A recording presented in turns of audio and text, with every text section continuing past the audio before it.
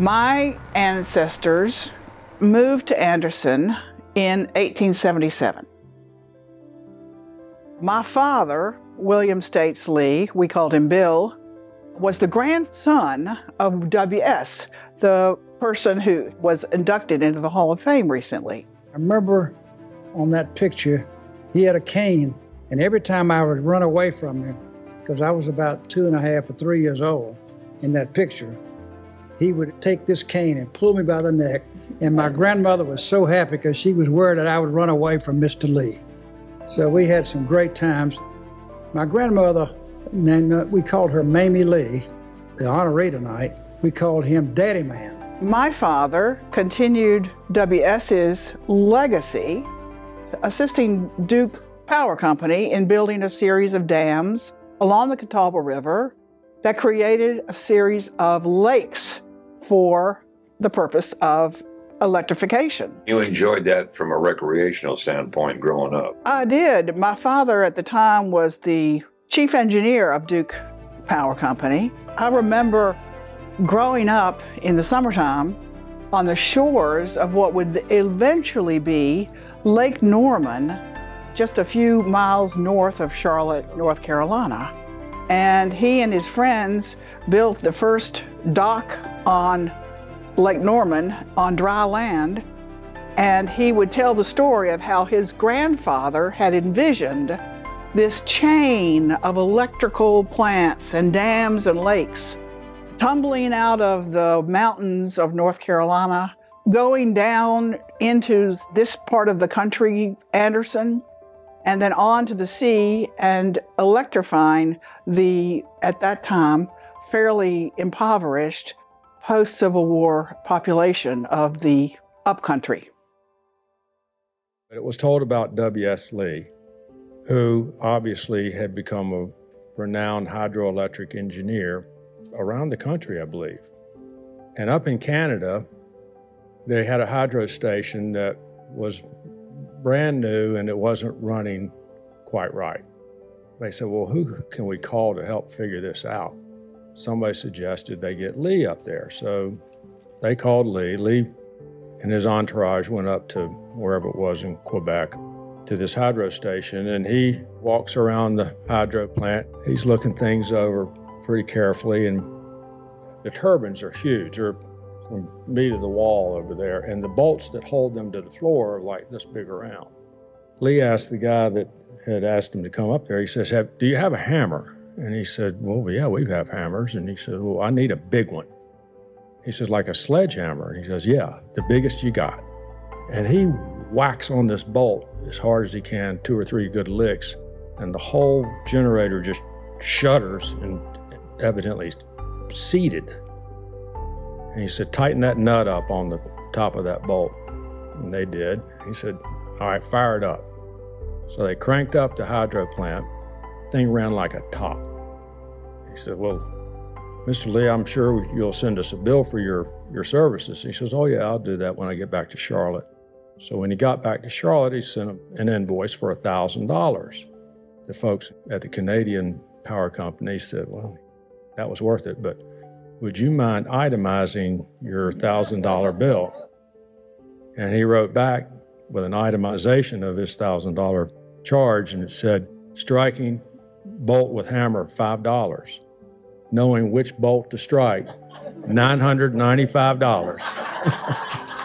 I went to Princeton University and I studied architecture. My dad had been there as an engineer, and his grandfather had gone to Citadel as an engineer. So there have been architects and engineers in the Lee family since 1721 in Charleston. So when you got out of Princeton, what was your first job? I worked for a well-known architect, one of the first, we might say, star-architects, who was my professor there, named Michael Graves. And I built several of his largest projects in the 80s. Where? And what were the projects? The one that I was the project architect for was the Portland Public Service Building in Portland, Oregon. And it was won by a competition. I was only 26 when we won it. It was a great project, and I learned an enormous amount about building and design, and continue that in my own life today. So you went on to continue being an architect for your entire career. I did multiple courses in engineering and started a company called Calor Energy, and it was a consulting company for renewable energy projects. And what led you to get involved in that? As an architect, I became more and more interested in how to build from a green point of view. And it seemed to me that the energy input into the building and the energy use in the building was a very important way of greening our environment. Of course, 40% of America's greenhouse gases come from buildings. It's not just transportation. There came a time when I decided I didn't want to ever build anything again that was not sustainable. And that became a mantra for me.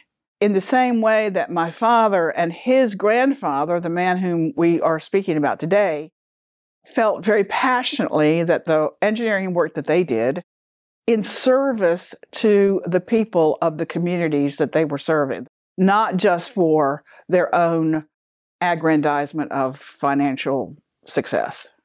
You went to Princeton, you live in Charlotte, but your ancestral roots to some degree can be traced to Anderson County. Thomas Broome and W.S.'s father, Statesley, brought both of their families from Camden to Anderson in 1877 at the end of Reconstruction. And Anderson was this more enlightened and interesting upcountry city or town that they felt that they could safely live in. When they came here, do you think they had any idea what they would do?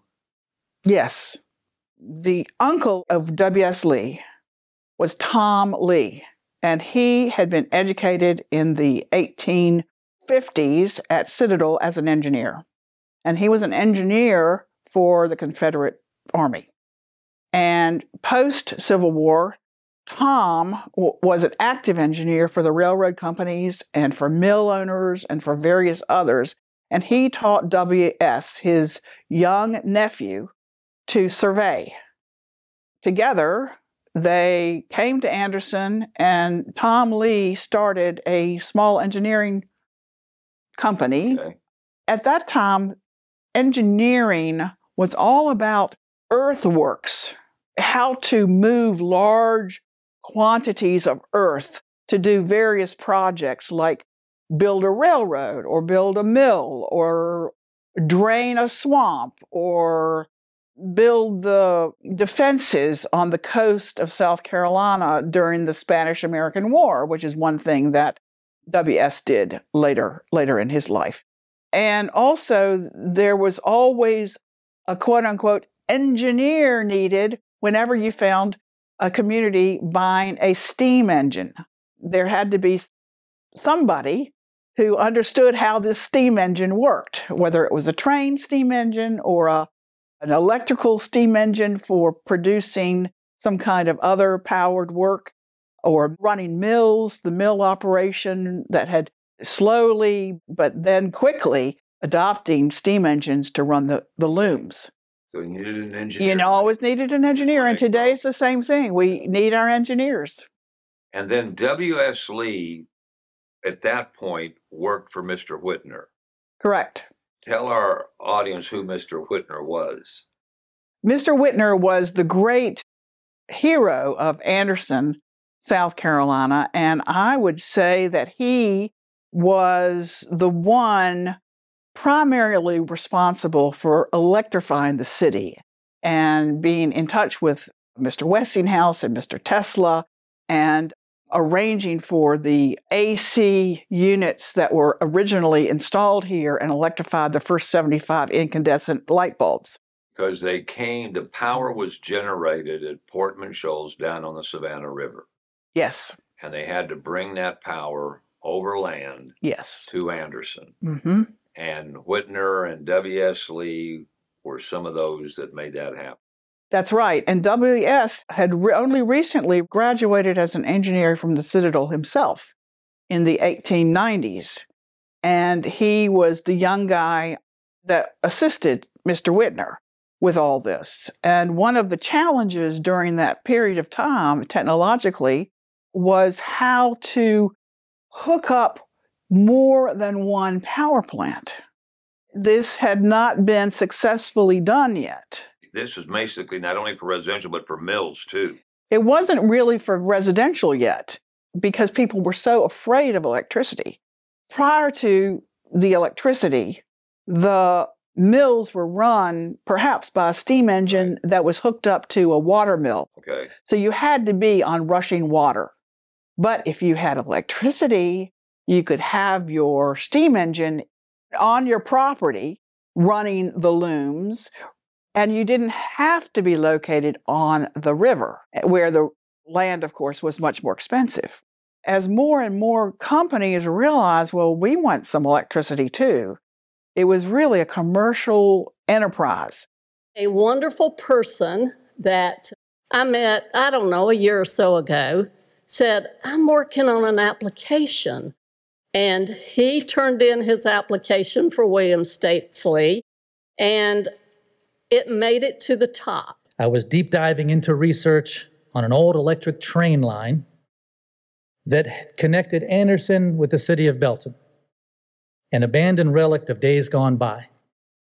As I sifted through the various history books and other historical odds and ends tucked away in this museum and beyond, a pattern emerged. It was like a history treasure hunt, and at the heart of all of this was a fellow by the name of W.S. Lee. Stories of him leading, solving, inventing, innovating. So his name was like a thread woven into the tales of great innovators of his time. Legends like William Whitner, Nikola Tesla, and George Westinghouse. Mr. Lee was an engineer's engineer, built upon their successes to make his own mark on history. I discovered that he not only developed the electric train system that I was investigating, but also a network of hydroelectric power stations that transform an entire region. I was captivated by his story. As an engineer myself, the remarkable achievements of W.S. Lee was nothing short of inspirational. We get electricity into Anderson, and then your great-granddaddy establishes a relationship with Mr. Duke. Dr. Wiley was Buck Duke's personal physician. Buck Duke was James Buchanan Duke, who was one of the two brothers who owned American Tobacco Company. And in the 1880s, early 90s, the antitrust efforts forced the Duke brothers to bust up American Tobacco. Once they had to sell everything, and they had a lot of cash on their hands. And Mr. Duke was a very devout Methodist. He was also a teetotaler, and he really believed in the Carolinas and was very concerned with the level of poverty he saw everywhere he went in post-Civil War Carolinas. When Dr. Wiley started talking to him about these electrical projects that he was an investor in Anderson with the Westinghouse/Tesla technology, Mr. Duke was very interested. Mr. Duke said, how could we go about expanding this and making it more accessible to ordinary people and to lots of businesses instead of just the one-off textile mill or the one-off wood mill? Dr. Wiley said, I think that a young man called William States Lee, who worked for Mr. Whitner, may have an idea for us. He thinks that there's a way to harness the falling water power of the Catawba River, which flows from the mountains of North Carolina into the Santee and down to shore of South Carolina. It's the steepest drop of all the rivers in the two Carolinas.